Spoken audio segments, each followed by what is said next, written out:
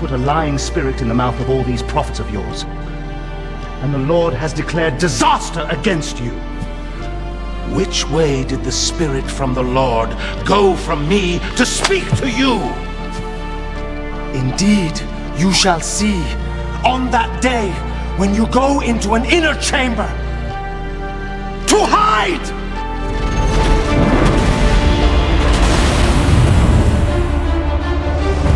You stiff-necked and uncircumcised in heart and ears. You always resist the Holy Spirit. As your fathers did, so do you.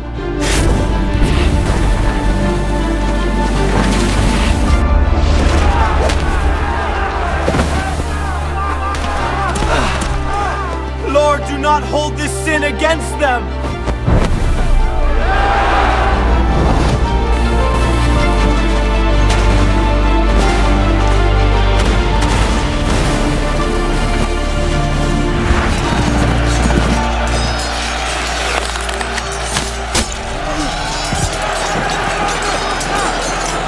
Turn around and take me out of the battle, for I am wounded.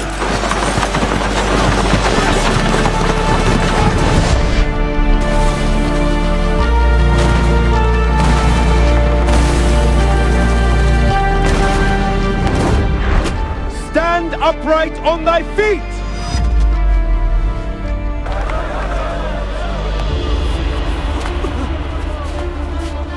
I am whole! I can walk! The gods are come down to us in the likeness of men! Men, why do you do these things? Men, we also are but men like you! Turn from these vanities unto the living God!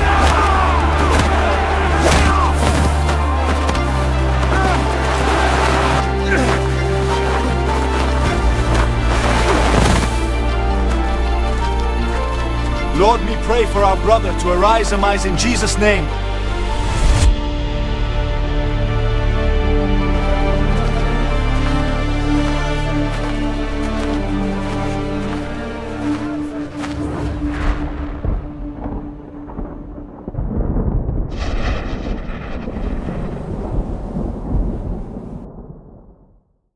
So today, Brother Eddie, Hey, brother, yeah. we are back at the House of Prayer, Yes, yeah. and I'm so glad to be back. Yeah. And today, but don't want to first just welcome all out there. Yes, everybody out there, we love you and we welcome you to House of Prayer. And today was truly a House of Prayer. I felt it. There was prayer going on in the house. Amen. Yes, amen. Amen. And I asked all of House of Prayer, do they want to go back to the organized churches? And they all said no. And you said, unless we go there to rebuke them. Or did I say rebuke? You said rebuke. I said, depending on what we're going to go do. Well, we're going to do that today anyway. So hold on, Brother Eddie. You're going to see today we are going to reprove them, reprimand them, and tell them exactly where they are walking. Yes. Because where they are walking is not in truth. And this is why we are doing these videos. They are called the Great Apostasy. Yes, amen. The Great Falling Away. The Great Falling Away. So this is part 2. And this is the part about Calvinism. Yes. Have you heard of that, Brother Eddie? I haven't. Have you met people that's... Reformed Calvinist. Do you know people that's Calvinists? Yes. And would you say that teaching is in spirit and truth? No, that's a flesh. Okay. Mine. So we want to expose Calvinism today. So I'm going to repeat that, Brother Eddie. So what I'm saying to the House of Prayer is that there are many people that are sitting with this Calvinism doctrine, and they are under a belief system that teaches once saved, always saved. They think they're safe, but they are not safe. Not at all. No, they're blind. They've been blinded by the God of this world, and I'm going to prove it today. I am going to prove it today because the Lord Jesus told me to do this. And so let's go to the once saved, always saved teaching, Brother Eddie. Just for those who already want to maybe switch off, This is not. This is to pull them out, to get all of you out and give you the open your eyes from what Calvin said and to what the Word said. To what Jesus said.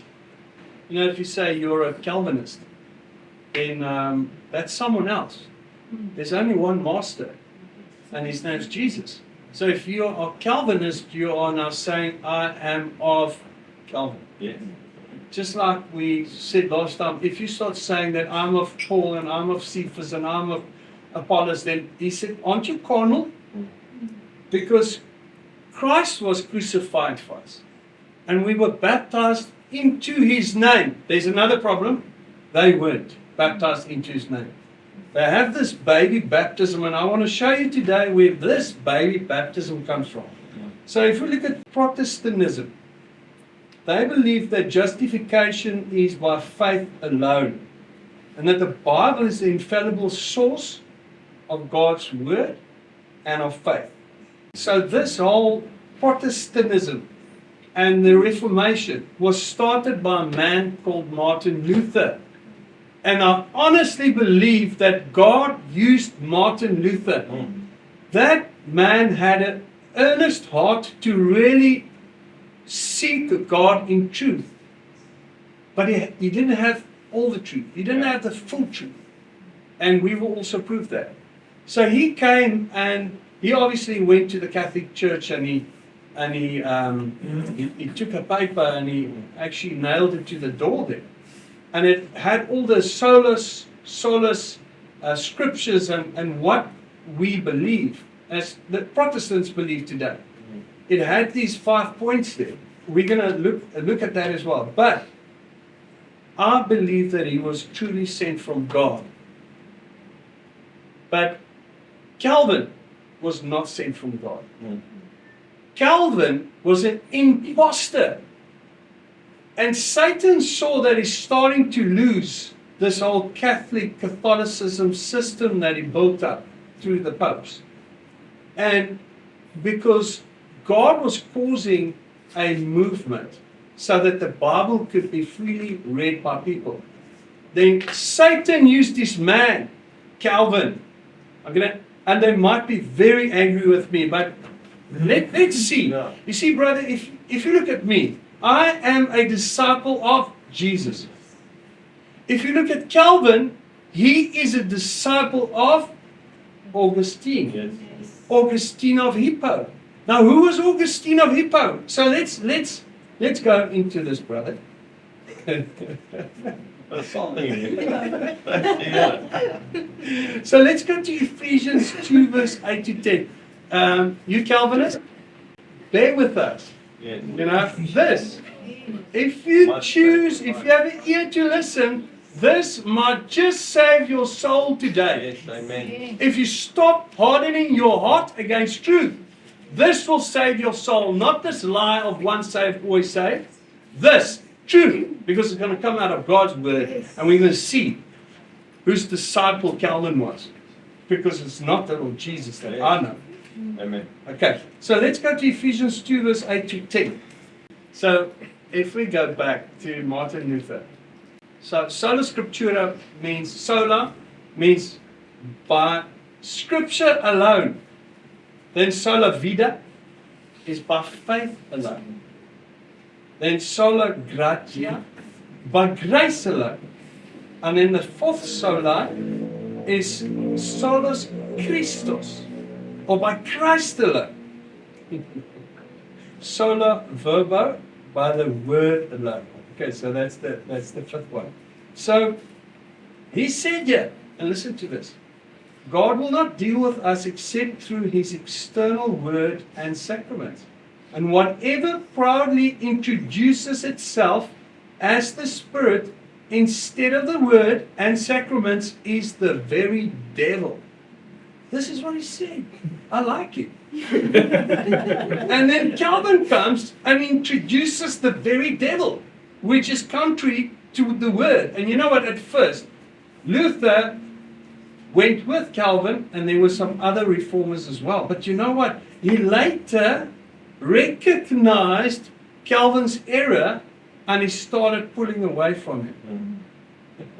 So let's delve into this a bit. So very interesting stuff, Brother Eddie. So where did we go? Ephesians 2, verse 8 to 10. So now, he says, sola gratia. Grazie. So sola gratia means by grace alone. So by grace alone you're saved, not of yourself, not of works, but by grace alone. So now, the Reformers came, and the Protestantism, or the Protestants came, and they took Calvin's lies, coming from Augustine, and they started mixing the two together.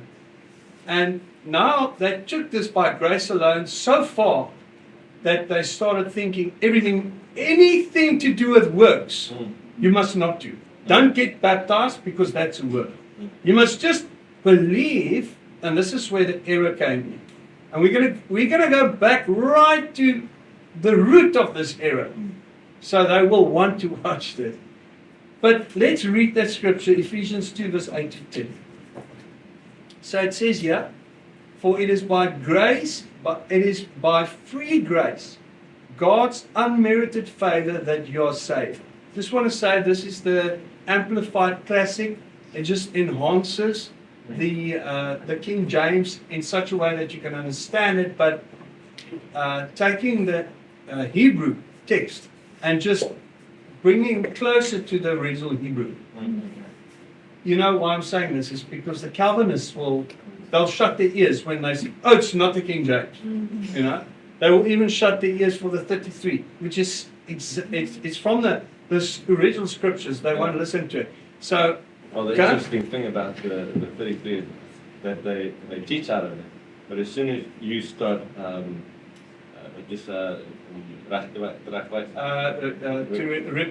reprimand them, to show them, to correct them through the word, then they reject it. Then they reject the 33. Yeah. This is exactly, and now, then it's just the King James. and this is what I want to say. This is my point.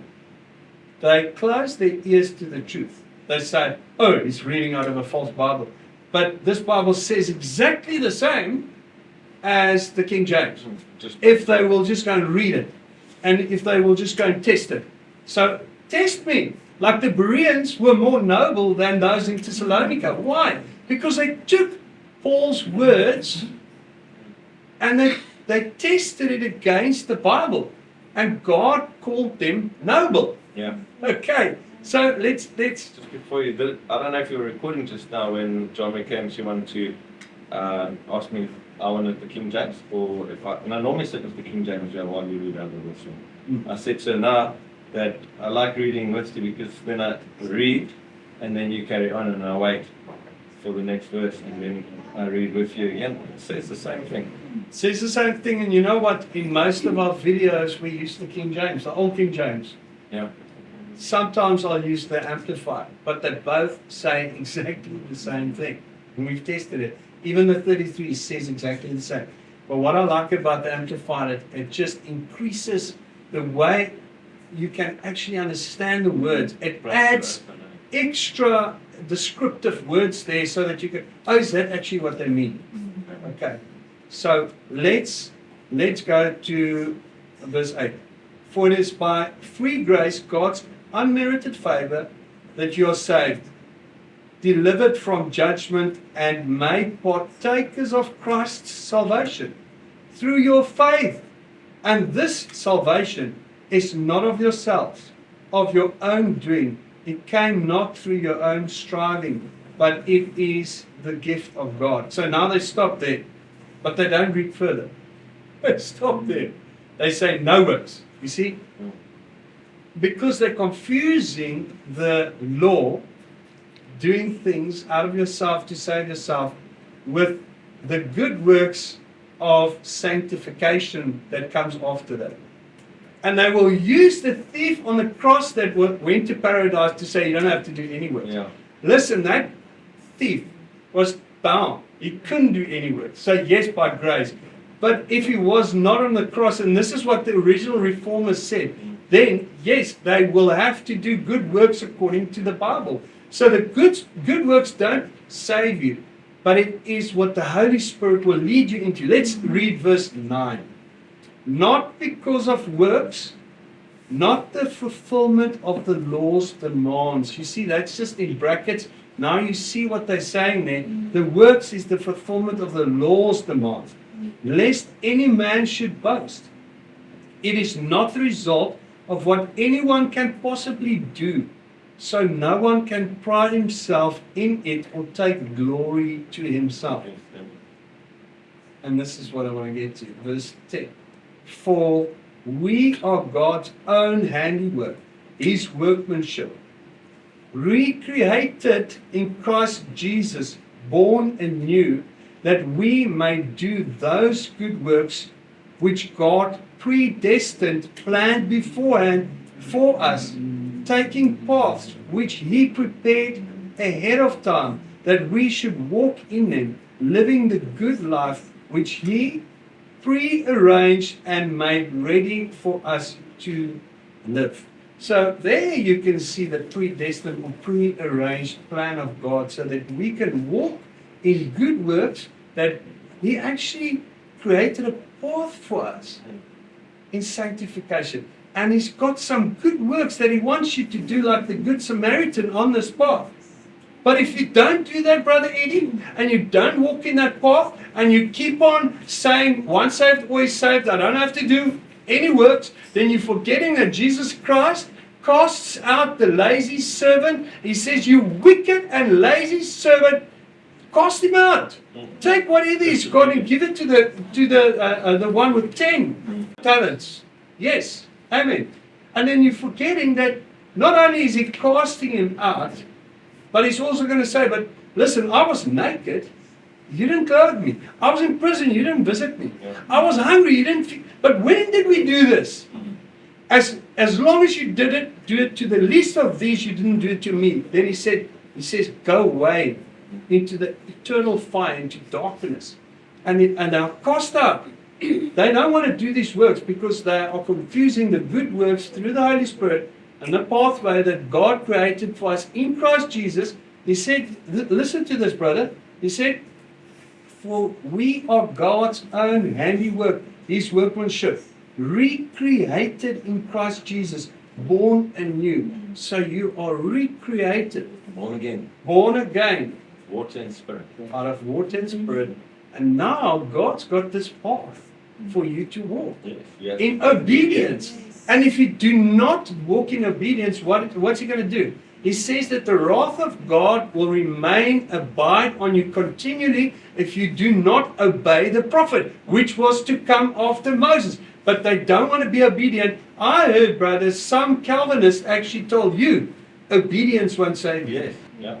He said you can be as obedient as you want to. It won't get you into heaven. It's about obedience to Jesus Christ. Exactly.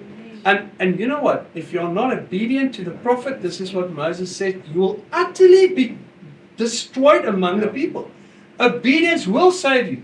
Yes, through grace. Yes, through faith in Jesus Christ and that He was resurrected from the dead by God the Father. But after that obedience, otherwise you're showing yourself to be one that will not continue in the faith. Yes. So if he says that, then he's not obedient. Because he's holding on to, you know what that is That's called? why he's not obedient. Exactly, brother. Yeah. Justifying himself. You know what that is called? It's called Christian mysticism. He's holding on to Christian mysticism taught by Augustine. Yes. And Augustine of Hippo was the one that Calvin followed. In fact, let me just tell you something. We're going to get to Augustine. Brother, I don't want to go too fast. I'm really enjoying this. So we're gonna take our time with this. But listen to what John Calvin wrote. So it's not about Calvin here. It's about Augustine. We're going to get to Augustine. Just a little bit of a foreword who Augustine was. He was a Catholic doctor. But hang on, there's more. He was Saint Augustine. So they made him a saint in the Catholic Church, and he was a Catholic doctor. But okay, let's go on. That's in the 300 after Christ. You know, Calvin was more in the in 1500s or so. We're going to get to that. He says, this is what John Calvin wrote. Augustine is so much at one with me. Who should you be at one with? Jesus. I'm at one with Jesus. Holy Spirit. He says, if I wish to write a confession of my faith, it would abundantly satisfy me to quote wholesale from his writings. Yeah.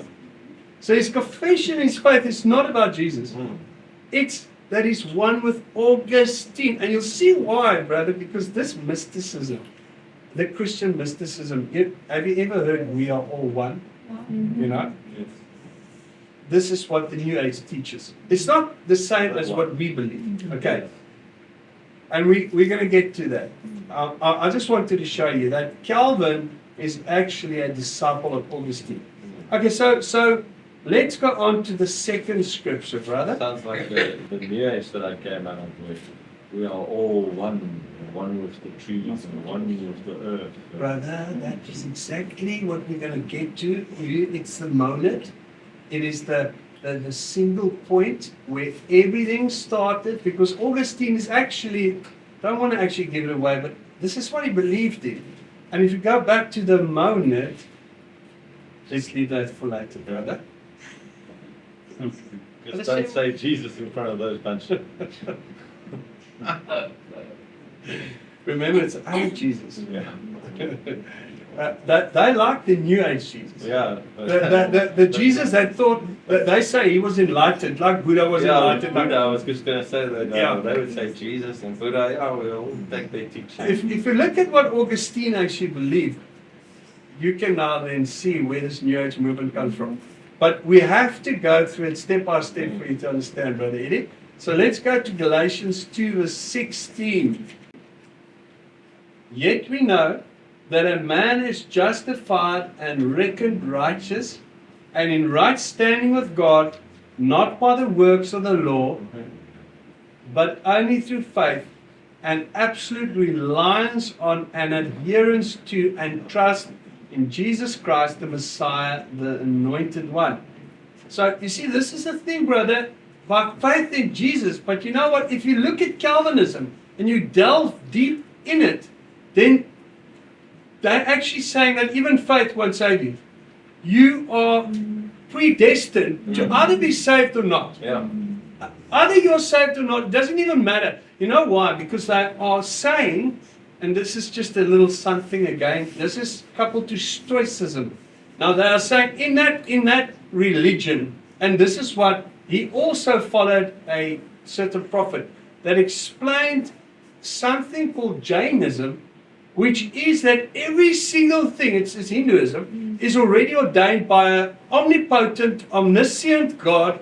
Even the fighting of a rooster and the way his muscles contract is already ordained by God, so he can't change anything. This is what they believe. So he's taken this mystic nonsense and he brought it in here. And then he said, but you can't actually be saved by faith. So either you are predestined to be saved or predestined to go to hell. Then he even went further, brother, and I'm getting a bit ahead now, but I'm just so full of fire against this guy. Yeah. That then he took baby baptism and said that some babies are predestined to go to hell and others are predestined to go to heaven, and God will block, and he actually took this whole baby baptism thing because he took it from Jainism, from Stoicism, and from Manichaeism, but we'll get to those things later. And he took those teachings, those philosophies that's actually rooted in the occult, and he said, no, but you need to baptize a child so that he can be saved. But listen, God's word says there's a certain stage that a child becomes accountable for sin. Yes. Even in the Jewish tradition, if you look at a child when he gets about to 12, he is bar mitzvah, Yeah. and then he becomes an adult. Yes. But this guy said, no, the babies are going to hell. And those that aren't baptized, God blocks the parents from getting them baptized.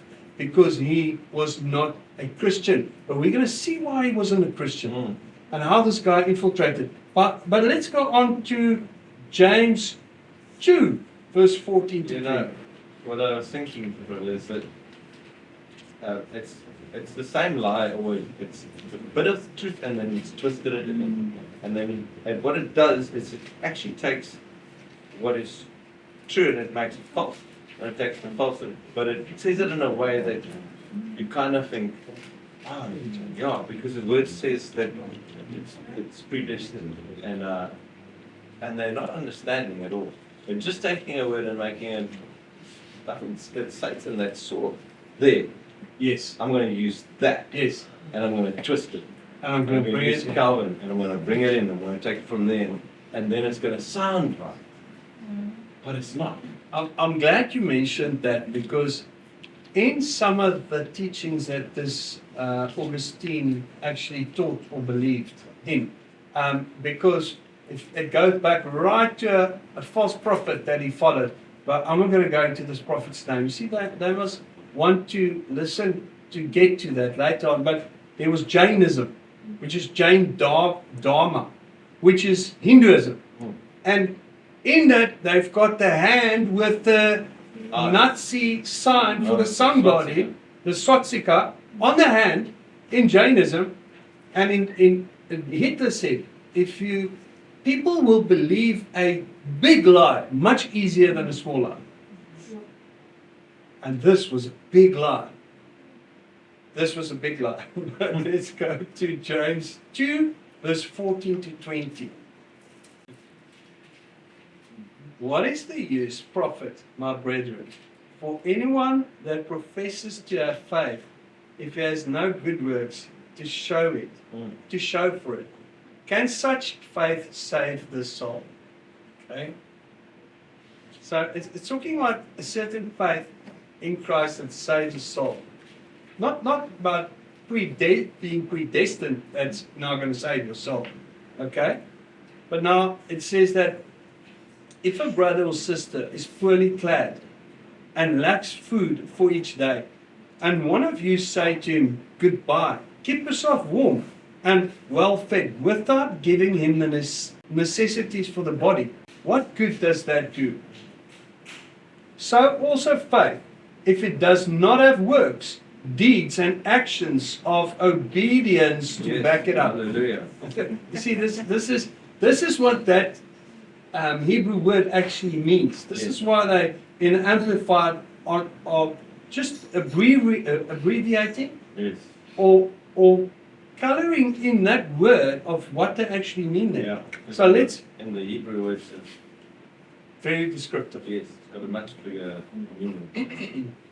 Exactly. So let's go back. It says, yeah. Must be God's name. So also faith, if it does not have works, deeds and actions of obedience to back it up. We're not talking about the law, the works of the law. We are talking about the works through the Holy Spirit.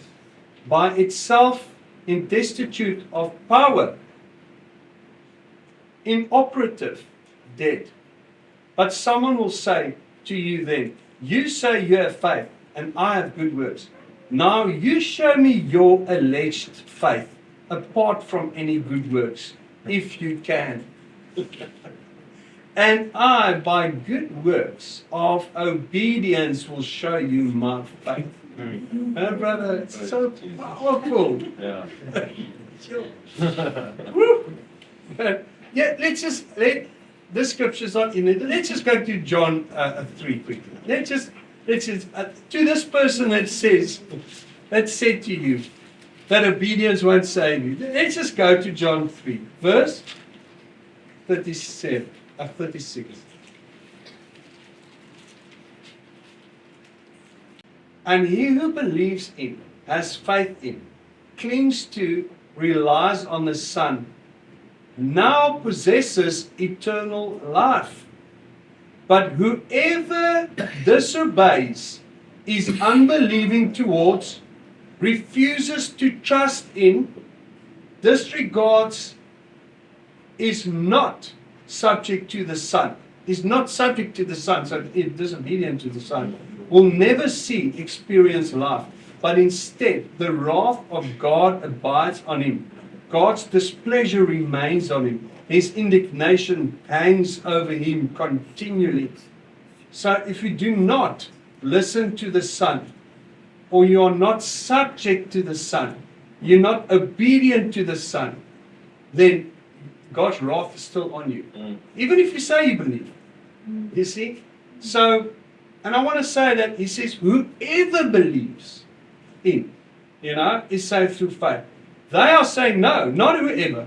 Yeah. In fact, that Augustine changed the scripture in God wants all men to be saved. He changed it so much so, and this is where Luther said, if anyone else comes and preaches something contrary to the word, that's the very devil himself. Then Calvin came and preached those devilish words, and this is what Augustine said. He said, no, God doesn't want all people to be saved, only the elect. So God doesn't want all people to be But saved. that isn't what the word says.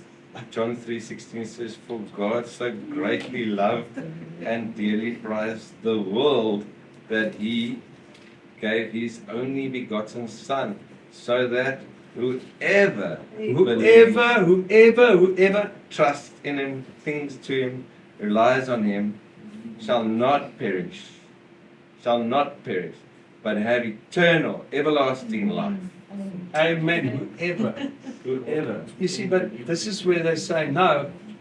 Augustine changed it and he said, no, God only wants the elect to be saved, and Jesus died only for the elect, for a elect few. This is what he said, and this is what Calvin brought to the table. And this is what they actually believe. So they are in mysticism. Yeah, what I'm clicking now is the demons are predestined for hell. They've got no other choice. They're going to hell, and they don't like it. And that's what they believe. So they're trying to bring their doctrine and their false lie and bring it and say that this is the truth. And what does it say in the latter days?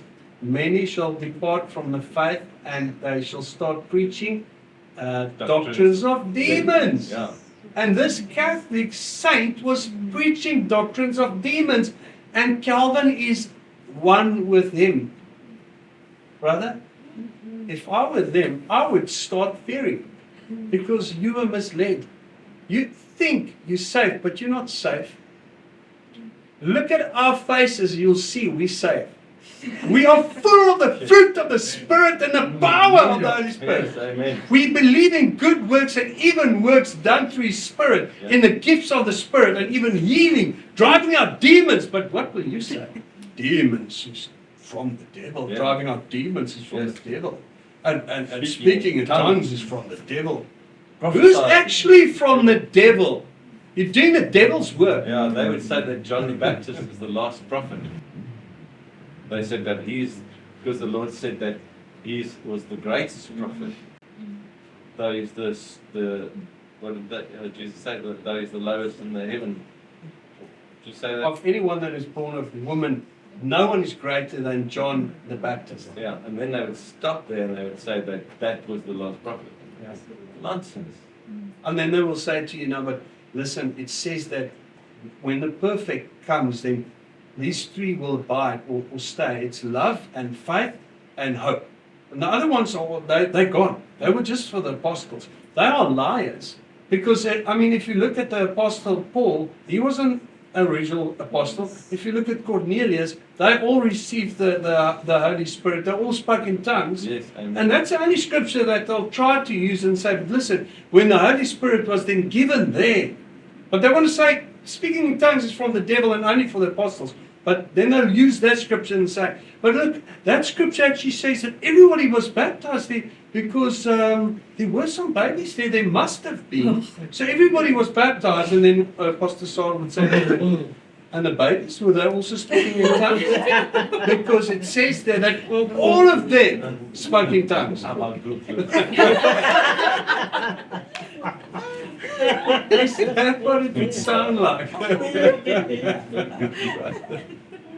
You know what? I have such pleasure and peace about pulling Calvin's doctrine into pieces in the name of Jesus, in the truth of the Spirit. I've got so much joy in me, man, because people will be loosed from these chains. Huh? Understand that this doctrine is a demon. It's a demon. It's not flesh and blood that we are coming against. We're coming against the demons. And we want to see them saved. In fact, we want to drive those demons out of you. Yes, amen. You believe that there's no demon in you. Yes.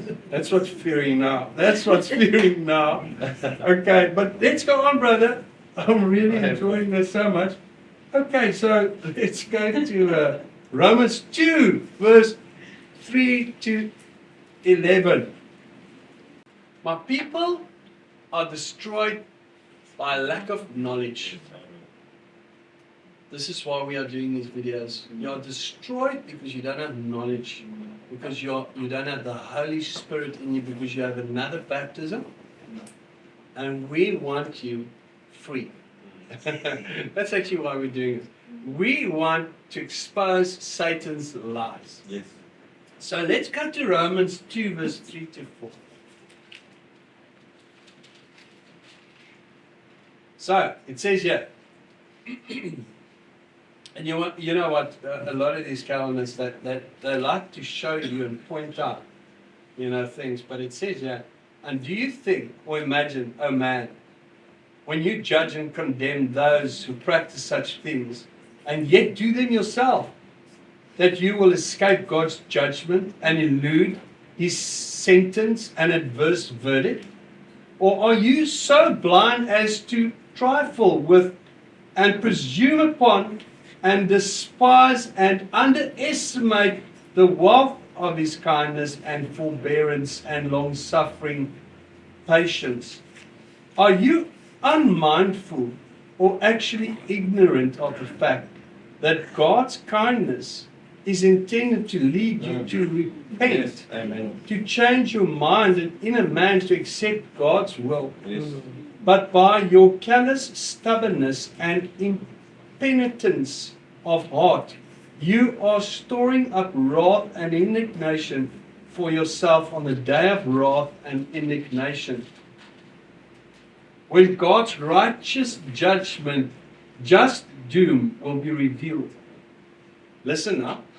Now you must open your ears, because this is something you're throwing away, all the good works. Remember, in Revelations, he rebukes 5 churches, and he says, I've not found your works perfect before God. Listen to what he says here. So if after faith, you don't have to do anything, you just sit. You can believe in the mystic, because this is actually what it is. Mysticism, it's a witchcraft. It's actually witchcraft. You must just believe you once saved, always saved, then you are the elect. Then you've got the knowledge. You have been enlightened. And I will show you that Augustine took this Jainism, the Enlightenment, and he took it from Prophet Mani, and he took that and he brought it in and said, but you have to know this. Then you're going to be saved. You have to be enlightened. And then I want to go back to Timothy, where Apostle Paul warns Timothy about the so-called knowledge and the enlightenment that these guys were preaching.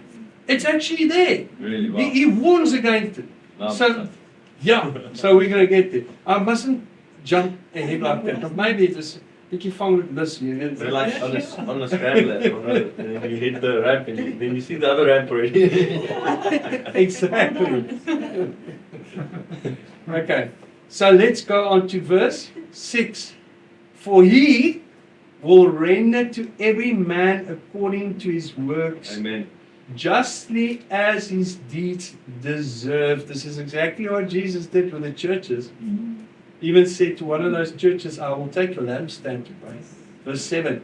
To those who, by patient persistence in well-doing, springing from piety, seek unseen but sure glory and honor and eternal blessedness of immortality, he will give eternal life.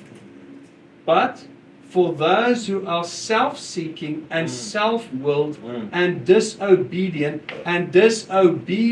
to the truth, but responsive to wickedness, there will be indignation and wrath, and there will be tribulation and anguish and calamity and constraint for every soul of man who habitually does evil, the Jew first and also to the Greek Gentile. But glory and honor and heart peace shall be awarded to everyone who habitually does good. You see, habitually means you have to continue. This is exactly what Jesus says. You have to endure, you have to continue. He who persists to the end shall be saved. Yes. No. Our mystic belief says, no, I must just believe I'm once saved, always saved, and I'm a part of the elect. Then I'm saved. That's a lie. Yeah, that sounds It's a to me to lie. be self-seeking and self-willing. But Exactly, that brother. somebody that wants that for themselves and not that for everybody else. Yes. Yeah. So what does it say, brother? It says here, but glory and honor and heart peace shall be awarded to everyone who habitually does good, the Jew first and also the Greek Gentile. For God shows no partiality, undue favor or unfairness. With him, one man is not different from another. Whoa! One man is not, but they are the elect. Only the elect is saved, eh? So for God, one man, it's like God himself is now breaking this thing apart. Yeah. He says there's no difference. All are saved by faith in Jesus Christ. And the original reformers also believed it. And Lutheranism also says this, that you are saved, but if you do not believe when the gospel is preached, it's on you. But Calvin says no, and Augustine says, no, it's not on you. You don't have a prayer. Doesn't matter what you do, it's already predestined, preordained. You can't do anything. This is from Jainism, you see, and from this Mani, who was a maniac. A maniac. Yeah. Prophet Mani. Yes. Yeah. All sounds good to me. Oh, sorry, man. Sorry, it's not maniacism. It's Maniacism. Manichaeism.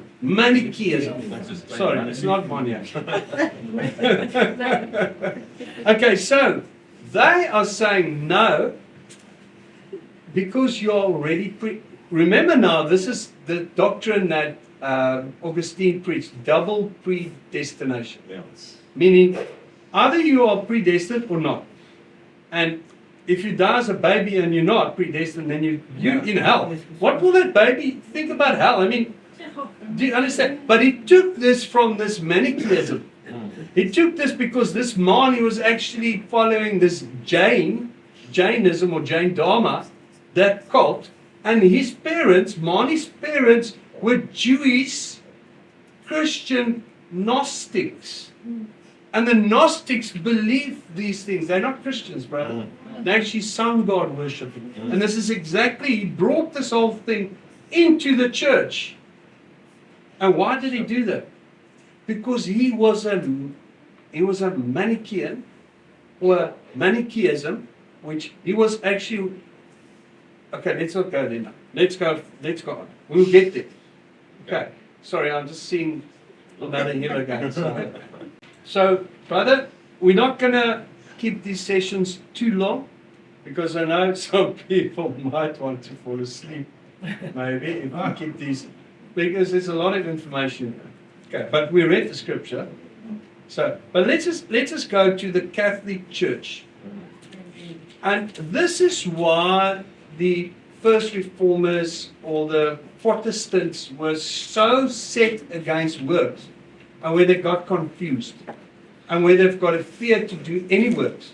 And this is where they became lazy servants, using this excuse not to do good works. But we just heard now that God's going to judge your deeds. Yeah.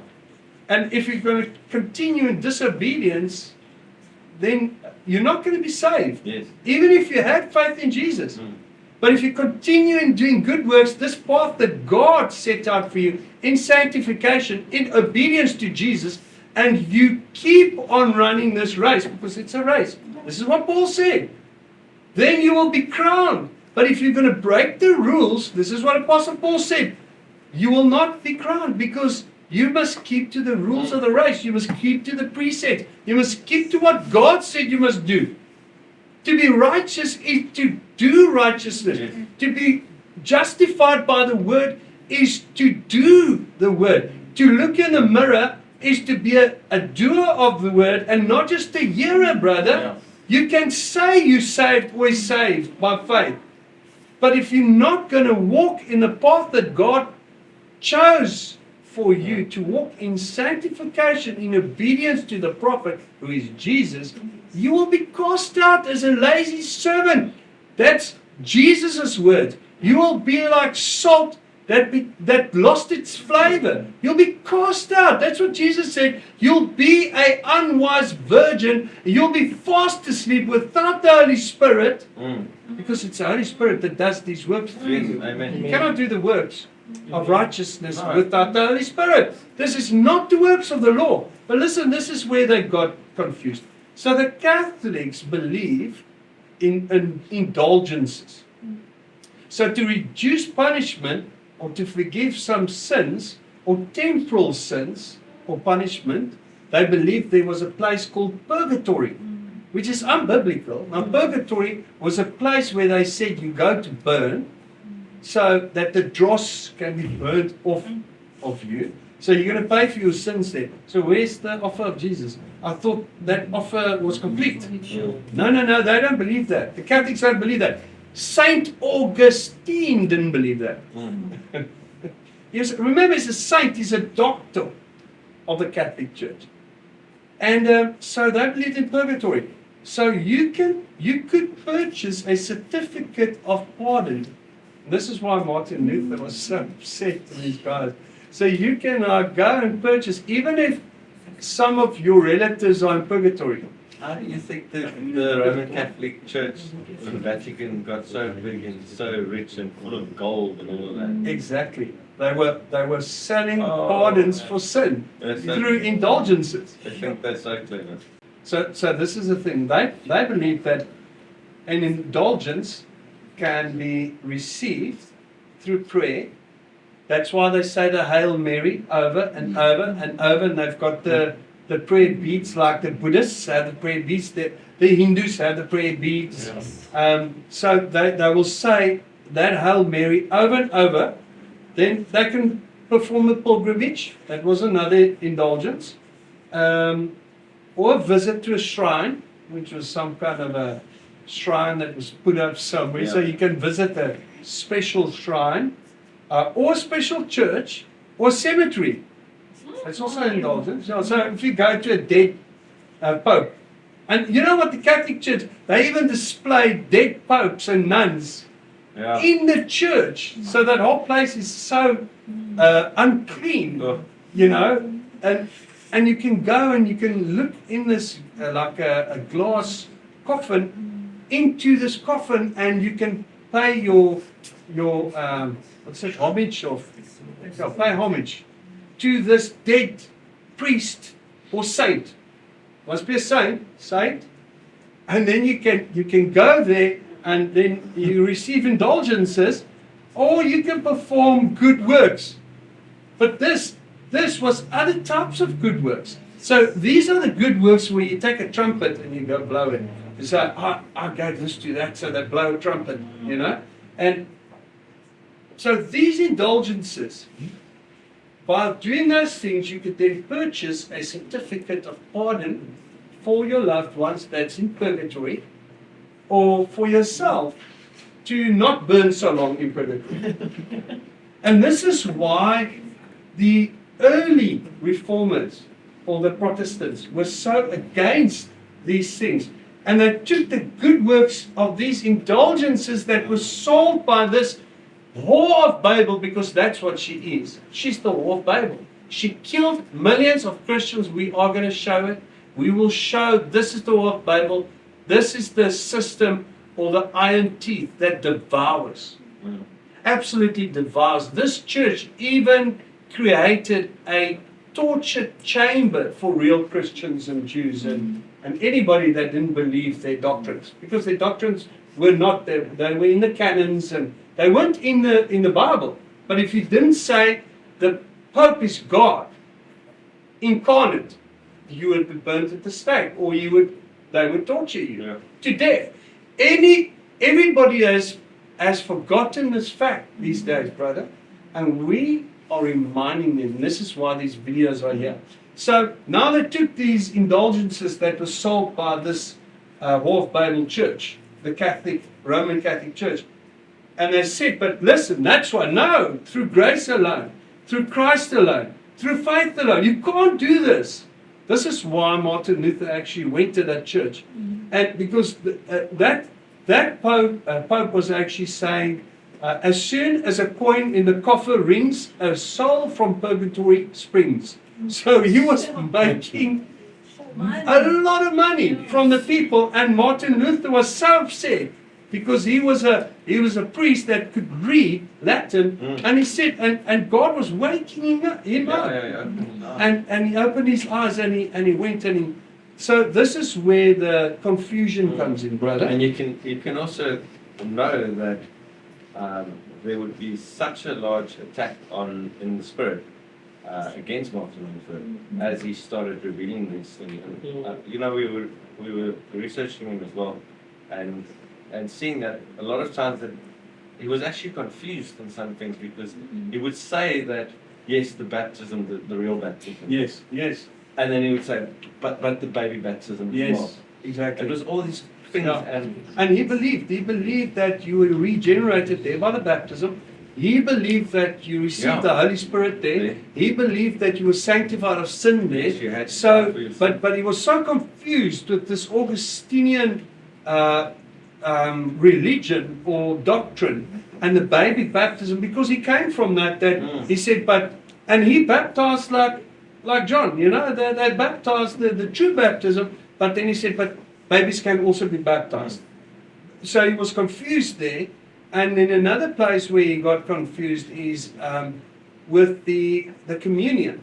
He said, no, transubstantiation. Now, transubstantiation is where a priest of the Catholic Church holds the wine and the bread up, and they change it mystically. It's called mystagogy, mysticism. They change it, but how do they change it? Listen to me. They believe Christ was come down again and be crucified again, brother.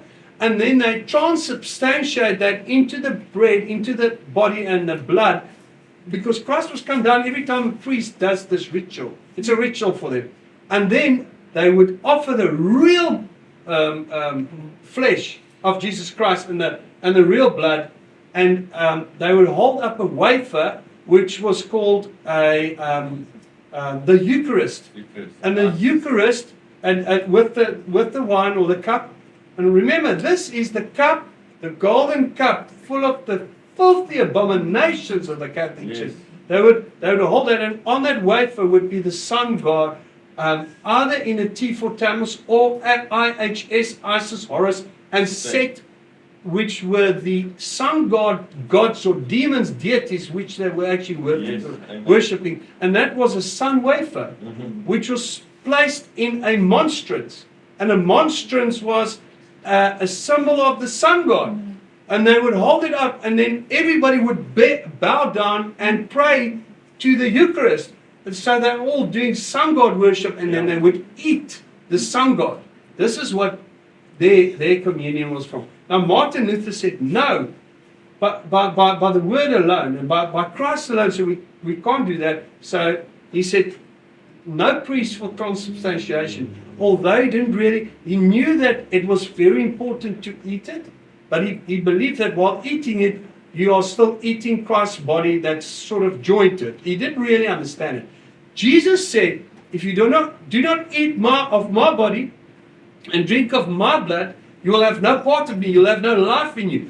Then they that were there, they actually thought about this, and they said, but how can we eat his flesh? Said, this word's too hard. It's too hard. And Jesus said, does this offend you? He says, the words that I speak are spirit and truth. So these are spiritual words, true words. So when you partake of that body and the blood, it's spirit and truth. It's a spiritual word. Martin Luther didn't understand that. But Calvin, let's not talk about that. We'll talk about what he believed later. I want to go on, and I think we're going to stop here with the Catholic Church and purgatory. Next time, we are going to talk about the Reformed Christianity, also called Calvinism. Lutheranism affirms unconditional election to salvation, but denies double predestination to damnation. Listen to that. Do you understand what I'm saying? So these guys believe in Martin Luther and in the Reformation. They are Protestants, which is actually, they protested against the Pope and the Catholic Church. And then Lutheranism then affirms unconditional election to salvation, but they believe it's through faith, but denies double predestination to damnation. Calvinism teaches double predestination, okay, which basically means that some babies are destined for hell and other babies not, and he brings it over to adults now as well. Arminianism links election to foreseen human faith. Now, John Wesley was a part of that movement.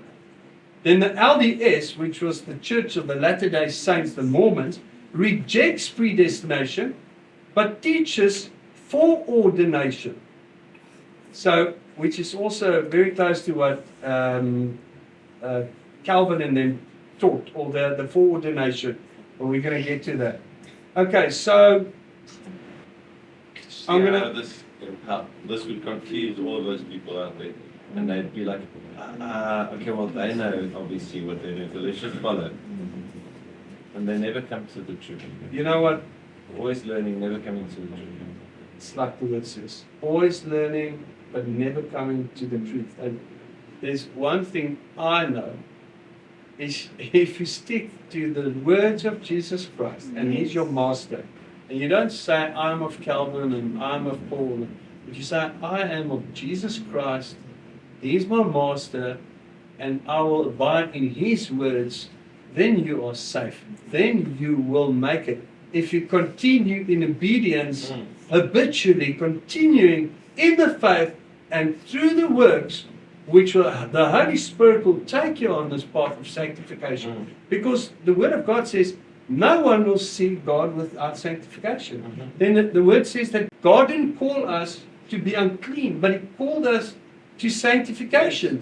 And if we deny that, we don't deny a man, we are denying God. If you deny these good works, not talking about indulgences of the Catholic Church that you fear so much, I'm talking about the works that the Holy Spirit will lead you in, that God designed for you to walk in this path, so that you can be taught to overcome evil with good, so that you can be transformed into the image and likeness of Christ, because it's changing you from glory to glory. Yes.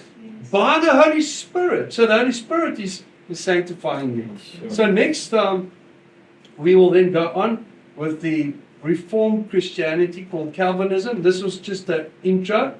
Then John Calvin. Where was he born? Where did he go? Where did he study? Yeah. You know, funny enough, he even studied under some kind of a lawyer who was a humanist. We must go to humanism and eugenics, humanism, and what the elites actually really believe and what they are busy doing now. Yes. Yeah. We're going to go into that, and then what Augustine actually believed, and where he came from, what his major religions were that he was holding to, like Stoicism, Neoplatonism, which was that Plato, and Manichaeism, and how it influenced his doctrine and how he brought it into the Catholic Church when a certain Caesar said that all the Manichaean priests were to be slaughtered. He all of a sudden became a Catholic, because he had to. Yeah, Otherwise, but they would gonna have cut him they would have straight. they would have killed him. Yeah, You put him know? in that torture chamber that he built. So this is what we're going to talk about next time, but I think this is enough for now. Yeah. You know, I think just for the watchers out there, the viewers that are really seeking the truth, is when you start believing in the gospel of Jesus Christ, the very next part of your faith, when your faith starts building in Jesus Christ, the very first thing you'll start doing is seeing what Jesus told us to do. And he said, be baptized in the name of Jesus Christ. That's the start of faith, by doing what he said. If you're just going to sit there and believe in the name of Jesus Christ, but not do what he said, not be obedient to his word, that is what faith is. You start believing and then acting on it. And he becomes your teacher. And he becomes your teacher, yes. And he leads you in the way of righteousness, the way of righteousness. What did he say about John the Baptist? He came preaching the way of righteousness. Yes. And then he asked those that didn't believe in the baptism, he asked them, was the baptism of John from God or from man? Yeah. They didn't want to answer. They didn't want to answer it. They don't want to answer us either. They were scared of the people. I think, to be honest, I think that's why Martin Luther maybe also kept the baby baptism, because he was afraid of the people. In a way, he wanted to tell the truth, but then they would all say, no, it says that we baptize our babies. And he was, okay, baptize your babies, but listen to me. Yeah, but you know what? Even in the first person was like 150 after Christ. Was I think it was Theophilus or some kind of a priest that he was the first one that mentioned baby baptism. It was unknown, and even in the 400s they were still arguing about that. But babies shouldn't be baptized, and if we do baptize them, that it's only to bring them into the kingdom of God, not heaven, just the kingdom of God. Then Augustine came in, and he said, no, it is actually to save their souls. Because you see, that Manichaeism that he believed in, that believed that the earth was dark matter and the sky was light. And by removing light from matter, the dark matter, which was evil, and this goes way back to the Freemasons. They believe everything God created is evil. They must do something better, you see, because they say that Satan came into the garden and gave them gnosis, which was to know, and Satan showed them in the snake that they are actually caged there, and they didn't even know that they were naked. So he came and he brought them knowledge. This is why gnosis, the knowledge, is their God. You see, so then they escaped, and now through knowledge they can be gods. This is what they believe.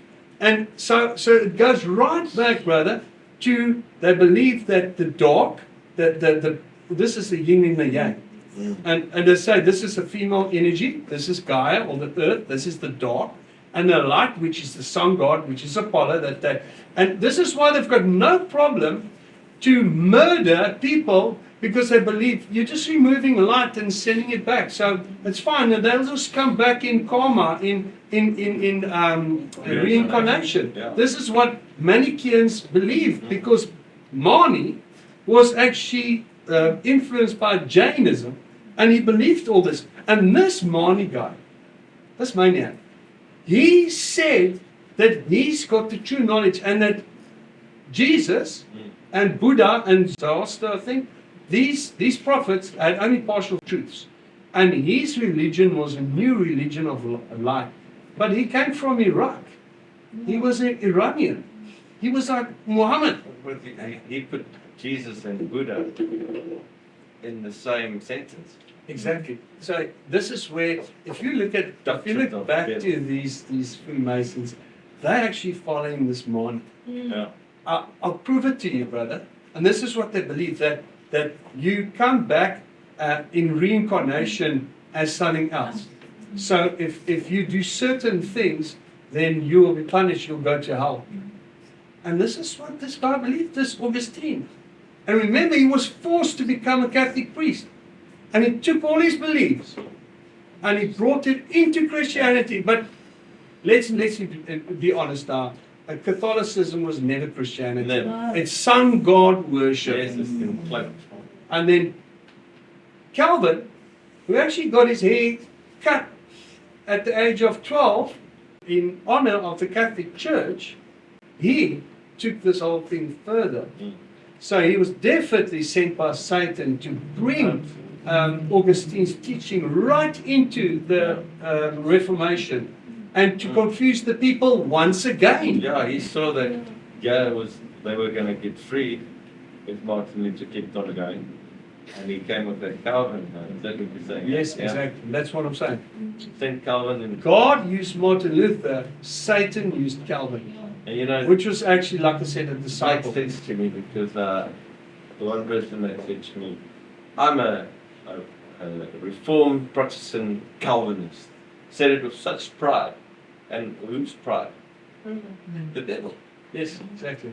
The devil is full of pride. That spirit is such a proud spirit, and it's hard to convince them because if they're to convince that they are following a doctrine of a demon and agree to it, they have to agree that they've been misleading so many people. Exactly, and they don't want to. They'll rather stay with the little blinders. It's like an ostrich sticking his head under the sand. He doesn't want to lift his head up because he doesn't want to see the truth. Because they have got this hardened heart against truth. They've got a hardened heart against the Spirit of truth, the Holy Spirit. They keep on holding on to the Catholic. You know what? They've got such a big thing against the Catholic doctrines and against the Catholic Church. But they're Catholics because they're holding to Augustine's teachings, who was a doctor and a saint of the Catholic Church. Because Calvin is one with Augustine and you one with Calvin, so you one with the Catholic Church, the War of Babel. And it's time that you come out because God said, come out of her, my people, before you partake of her sins. That is what God is saying to you now. Come out of her, stop resisting truth now, Yes. and come out of her in the name of Jesus Christ. Amen. Yes. Amen. Amen. Will you pray for us, brother? Yes. Yes, Lord Jesus, I come in front of your throne and I ask you to send out your light. Touch their hearts, Lord Jesus. Let's break these hardened hearts with this word of yours, Lord Jesus, the gospel. Let's break open these hearts so they can feel and they can see and they can come out of the War of Babel. They can come out of it. Yes. And Amen. they could get freed, and they would ask you, Lord Jesus, to help them accept that they've been wrong, so that they can be used by you, Lord Jesus, to set free a lot of people. I know, Lord Jesus, that you sent me through fire so that I could help others, Lord Jesus. Problems that you allowed in my life for me to go through so that I could overcome them in your name, and that's the only way I could overcome them, Lord Jesus, is in your name and by your Spirit, so that I could help others. And so also the testimony of Brother Ian. I pray, Lord Jesus, that the calling goes out and a lot of people get to see it, so they can get set free of that as well, Lord Jesus, and they can start coming in. We're calling on the great pouring out, but we want to get people prepped and ready for it, Lord Jesus, so that when your Spirit gets poured out over all flesh, that we are going to be ready to throw our nets and pull in these people, pull in souls for you, Lord Jesus.